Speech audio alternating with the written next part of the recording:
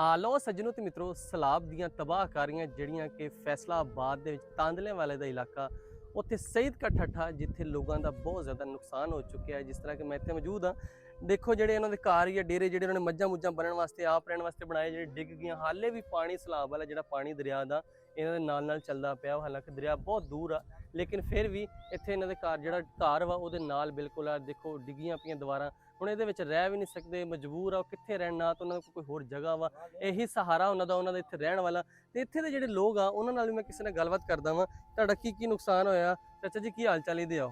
ਖਰੀਅਤ ਭਾਜਾਨ, ਠੀਕ ਠਾਕ ਹੋ? ਤੇ ਚਾਚਾ ਜੀ ਕਿਵੇਂ ਪਾਣੀ ਆਇਆ ਤੇ ਤੁਹਾਨੂੰ ਕਿਵੇਂ ਪਤਾ ਲੱਗਾ ਤੇ ਜਦੋਂ ਨੁਕਸਾਨ ਹੋਇਆ ਕਿਵੇਂ ਹੋਇਆ ਸਾਰਾ? ਪਾਣੀ ਭਾਜੀ ਸਾਨੂੰ ਕੀ ਪਤਾ ਲੱਗਣਾ, ਨੁਕਸਾਨ ਅਚਾਨਕ ਪਾਣੀ ਦਾ ਕੀ ਪਤਾ ਲੱਗਦਾ, ਆਉਣ ਲੱਗਿਆ। ਨਹੀਂ, ਜਦੋਂ ਪਾਣੀ ਆਇਆ ਜਾਂ ਸਲਾਬ ਆਉਣ ਲੱਗਾ ਇੱਥੇ ਇਹ ਦਰਿਆ ਚੜਨ ਲੱਗਾ, ਤੁਹਾਨੂੰ ਪਤਾ ਲੱਗ ਗਿਆ ਸੀ?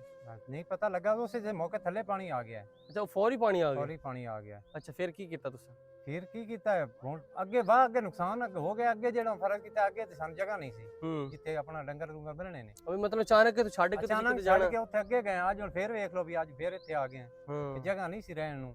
ਫਿਰ ਉੱਥੇ ਆ ਗਏ ਜਿੱਥੇ ਡਿੱਗੀ ਪਈ ਜਗ੍ਹਾ, ਉੱਥੇ ਫਿਰ ਨੁਕਸਾਨ ਹਰ ਸ਼ਾ ਲੋੜ ਕੀ, ਬਾਕੀ ਨੁਕਸਾਨ ਤਾਂ ਜਿਹੜੇ ਰਹਿੰਦੇ ਪਏ ਤੁਹਾਡੇ ਕੀ ਸਾਹਮਣੇ। ਅੱਛਾ, ਤੇ ਇੱਥੇ ਵਜ਼ੀਰ ਆਲਾ ਪੰਜਾਬ ਮਰੀਮ ਨਵਾਜ਼ ਨੇ ਕੋਈ ਤੁਹਾਡੇ ਵਾਸਤੇ ਕੋਈ ਬੰਦਾ ਭੇਜਿਆ, ਤੁਹਾਡੀ ਕੋਈ ਖਿਦਮਤ ਕੀਤੀ ਹੋਵੇ, ਕੋਈ ਸ਼ੈ? ਕੋਈ ਮਦਦ ਨਹੀਂ, ਕਿਉਂਕਿ ਹੁਣ ਤੁਹਾਡਾ ਜਿਹੜਾ ਜਿੱਦਾਂ ਕਣਕ ਹੁੰਦੀ ਉਹ ਵੀ ਜ਼ਾਇਆ ਹੋ ਗਈ ਹੋਣੀ ਹੈ। ਮਕਈ 5 ਕਿੱਲੇ, ਮਕਈ 5 ਕਿੱਲੇ ਕਮਾਂਦ। ਅੱਛਾ, ਕੋਈ ਮੰਜੀ 4-5 ਕਿੱਲੇ ਉਹ ਵੀ ਜ਼ਾਇਆ ਗਈ। ਸਾਰੀ ਫਸਲ ਜੋ ਮਾਲ ਦੀ ਪੱਠਿਆਂ ਵਾਸਤੇ ਸਾਰੀ ਖਤਮ ਹੋ ਗਈ। ਤੇ ਹੁਣ ਖਾਣ ਵਾਸਤੇ ਵੀ ਕੋਈ ਸ਼ੈ ਨਹੀਂ ਹੋਣੀ, ਕਿਉਂਕਿ ਬੜਾ ਮਸਲਾ ਹੋਣਾ ਇਹਦੇ ਵਾਸਤੇ। ਤੇ ਕੀ ਕਹਿਣਾ ਚਾਹੁੰਦੇ ਜੀ ਵਜ਼ੀਰ ਆਲਾ ਪੰਜਾਬ ਨੂੰ? ਕੀ ਕਹਿਣਾ ਵਜ਼ੀਰ ਆਲਾ ਪੰਜਾਬ ਨੂੰ, ਕੋਈ ਮਦਦ ਹੀ ਹੋਰ ਕੀ ਆਪਾਂ ਆਖਣਾ। ਅੱਛਾ ਜੀ, ਲੋ ਜੀ, ਵਜ਼ੀਰ ਆਲਾ ਪੰਜਾਬ ਮਰੀਮ ਨਵਾਜ਼ ਨੂੰ ਅਪੀਲ ਕੀਤੀ ਜਾਂਦੀ ਕਿ ਜਿਹੜੇ ਇੱਥੇ ਦੇ ਪਿੰਡਾਂ ਦੇ ਵਿੱਚ ਡੇਰਿਆਂ ਤੇ ਰਹਿਣ ਵਾਲੇ ਆ, ਜਿਨ੍ਹਾਂ ਦਾ ਇੰਨਾ ਜ਼ਿਆਦਾ ਨੁਕਸਾਨ ਹੋ ਚੁੱਕਿਆ, ਉਹਨਾਂ ਵਾਸਤੇ ਕੋਈ ਸਪੈਸ਼ਲ ਟੀਮਾਂ ਬਣਾਈਆਂ ਜਾਣ ਤਾਂ ਕਿ ਇਹਨਾਂ ਤੱਕ ਪਹੁੰਚਣ, ਇਹਨਾਂ ਤੇ ਪਹੁੰਚ ਕੇ ਇਹਨਾਂ ਦੀ ਜਿਹੜੀ ਖਿਦਮਤ ਉਹ ਇਹਨਾਂ ਤੱਕ ਪਹੁੰਚੇ ਵੀ, ਇਹ ਨਾ ਹੋਵੇ ਰਾਹ ਦੇ ਵਿੱਚ ਗਾਇਬ ਹੋ ਜਾਵੇ। ਕਿਉਂਕਿ ਜ਼ਿਆਦਾਤਰ ਇਸ ਤਰ੍ਹਾਂ ਹੀ ਹੁੰਦਾ ਵਾ। ਹੁਣ ਤੁਸੀਂ ਵੇਖੋ ਕਿ ਇਹਨਾਂ ਕੋਲ ਨਾ ਤੇ ਗੰਦਮ ਖਾਣ ਵਾਸਤੇ ਆ, ਇਹਨਾਂ ਦਾ ਜਿਹੜਾ ਇਹਨਾਂ ਨੇ ਕੁਝ ਬੀਜਿਆ, ਗੰਦਮ ਬੀਜੀ, ਉਹ ਜਿਹੜੀ ਕਣਕ ਬੀਜੀ, ਉਸ ਕੀ ਕੀਤਾ, ਚਾਵਲ ਮੁੰਜੀ ਬੀਜੀ, ਉਹ ਖਤਮ ਹੋ ਗਈ, ਮਕਈ ਉਹ ਖਤਮ ਹੋ ਗਈ, ਕਿਉਂਕਿ ਇਹਨਾਂ ਨੇ ਇਹੀ ਵੇਚ ਕੇ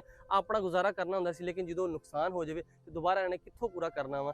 ਅਪੀਲ ਕੀਤੀ ਜਾਂਦੀ ਆ, ਹੋਰ ਵੀ ਮੁਖੱਈਰ ਹਜ਼ਰਾਤ ਜਿਹੜੇ ਹੈ ਵਾ ਉਹਨਾਂ ਵਾਸਤੇ ਵੀ ਅਪੀਲ ਕੀਤੀ ਜਾਂਦੀ ਆ ਕਿ ਜਿਹੜੇ ਇਸ ਤਰ੍ਹਾਂ ਦੇ ਲੋਕ ਆ ਇੱਥੇ ਸਈਦ ਕੇ ਠੱਠਾ ਜਿਹੜਾ ਹੈਗਾ ਵਾ, ਇਹਦੇ ਵਿੱਚ ਡੇਰਿਆਂ ਤੇ ਰਹਿਣ ਵਾਲੇ ਲੋਕ ਜਿਹੜੇ ਆ ਉਹਨਾਂ ਵਾਸਤੇ ਬੜੀ ਮੁਸ਼ਕਿਲ ਆ। ਕਿਉਂਕਿ ਪਾਣੀ ਜਦੋਂ ਸਲਾਬ ਆਇਆ ਉਹਨਾਂ ਨੇ ਸਾਰਾ ਕੁਝ ਰੋੜ ਕੇ ਲੈ ਗਿਆ, ਹੁਣ ਬੜੀ ਮੁਸ਼ਕਿਲ ਦੇ ਵਿੱਚ ਆ। ਤੇ ਜਿੰਨਾ ਹੋ ਸਕੇ ਇਹਨਾਂ ਦੀ ਮਦਦ ਕੀਤੀ।